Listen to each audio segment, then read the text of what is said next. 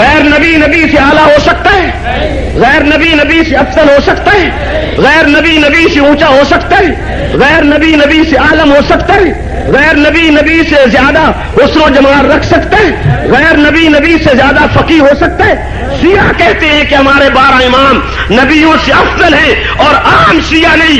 Khomeini اپنی کتاب حکومت اسلامیہ میں لکھتا ہے کہ ہمارے 12 امام یہ تمام رسولوں سے اور تمام ملائکہ سے افضل ہیں. اس ظالم نے محمد رسول اللہ صلی اللہ علیہ وسلم تک کا بھی استثناء نہیں کیے، بلکہ اپنے 12 اماموں کو علی الاطلاق تمام پیغمبروں سے اعلیٰ اور افضل اپنی کتاب میں داخل کر گیا. آج جس خمینی کے لیے آپ کے ملکی اخبارات، رسائل اور جرائد اور مولوی تاریخ کے گن گا رہے، جسے عالم اسلام کا رہبر کہا جا رہا ہے، جسے عالم اسلام کا مقتدا کہا جا رہا ہے، اس خمینی کا نقطۂ نظر یہ ہے کہ 12 امام تمام رسولوں سے افضل ہیں. خمینی کو عالم اسلام کا رہبر کہنے والے مولویوں سے میں پوچھتا ہوں، جو اپنے آپ کو سنی کہلاتے ہیں، کہ کیا تمہارا بھی یہی عقیدہ ہے کہ غیر نبی نبی سے افضل ہو سکتا ہے؟ کیا تمہیں اکابرین سے ورثہ میں یہی چیز ملی ہے؟ کیا تمہیں اپنے علم کلام میں یہی عقیدہ ملا ہے؟ کیا تم نے قرآن و سنت سے یہی سبق سیکھا ہے کہ غیر نبی بھی نبی سے افضل ہو سکتا ہے؟ اگر تمہارا علم کلام اس عقیدے کو کفر کہتا ہے، قرآن و سنت اس نظریے کو کفر کہتے ہیں، تمہارے اکابرین اس نظریے کو کفر کہتے چلے آئے، تو خمینی کا یہ عقیدہ کفری عقیدہ تھا. پھر اس کی موت پر تم نے اسے عالم اسلام کا رہبر کس بے غیرتی کے ساتھ لکھا ہے؟ ایک دکھ نہیں 1000 دکھ ہیں یہاں. سنیت خرید لی گئی ہے، سنیت اور مذہبی ٹھیکیدار اور مذہبی ذمہ دار لوگ خمینی کی مدح سرائی پہ لگ گئے. صرف یہی تک نہیں، خمینی کی تائید سے، اس کی تصدیقات سے آپ کے ملک میں کتاب چھپ چکی ہے، مقبول تحفۃ العوام جدید کے نام سے، جس میں محرم کے اعمال لکھے، ہر مہینے کا الگ الگ عمل لکھا ہے. تم نے ذی الحج میں کیا کرنا ہے، محرم میں کیا کرنا ہے، سفر میں کیا کرنا ہے، ربیع الاول میں کیا کرنا ہے، یہ ہر مہینے کے الگ الگ عمل تحریر ہے.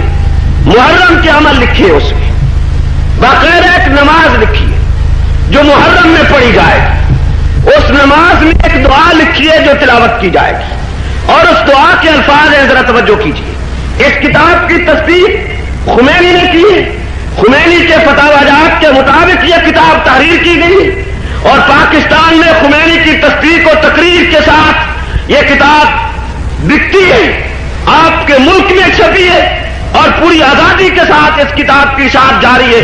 اور اس میں محرم کا عمل لکھے، اس میں جو دعا لکھی ہے اس کے الفاظ یہ: اللہم لعن ابا سفیان و معاویہ، اللہ ابو سفیان پہ لعنت کر اور معاویہ پہ لعنت کر. ہم کوئی بات بھی بغیر دلیل کے نہیں کہنا چاہتے، لیکن دلیل کے ساتھ بات کرنے میں ہم بنیادی حق رکھتے ہیں. ہمیں دنیا کی کوئی قوت پھر اس سچی بات کو کہنے سے نہیں روک سکتی. بلا دلیل کہیں تو ہم قابل گردن زدنی. یہ کتاب آپ کے ملک میں، میں آپ سے پوچھتا ہوں کہ جس خمینی نے محرم کے دنوں میں یہ دعا اپنے شیعوں کو پڑھائی ہے کہ تم ابو سفیان اور معاویہ پہ لعنت بھیجو، اس کے بعد بھی سنی مولوی کو حق پہنچتا ہے کہ وہ خمینی کو عالم اسلام کا رہبر کہے. یہی تک اس کے خیز و غضب کی آنکھ ٹھنڈی نہیں ہوئی. آگے اس کا خلیص قلم لکھتا ہے: اللہم لعن اول والثانی والثالث، اللہ پہلے ابو بکر پہ لعنت کر، دوسرے عمر پہ لعنت کر، تیسرے عثمان پہ لعنت کر.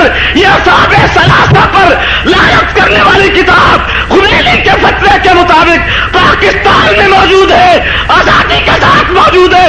مولویت سو گئی، پیر سو گئے، لیڈر سو گئے، سنیت سو گئی. اس جیسے کائنات کے بدکماش اور بدترین انسان کو آج عالم اسلام کا رہبر کہا جاتا ہے.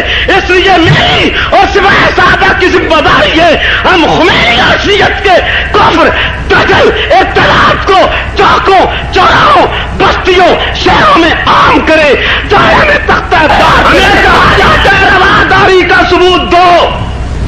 تم پیغمبر کے صحابہ پر محرم میں نماز پڑھ کے لعنت بھیجو، ہم تمہارے ساتھ رواداری کا ثبوت دیں، ہم بغیرت نہیں۔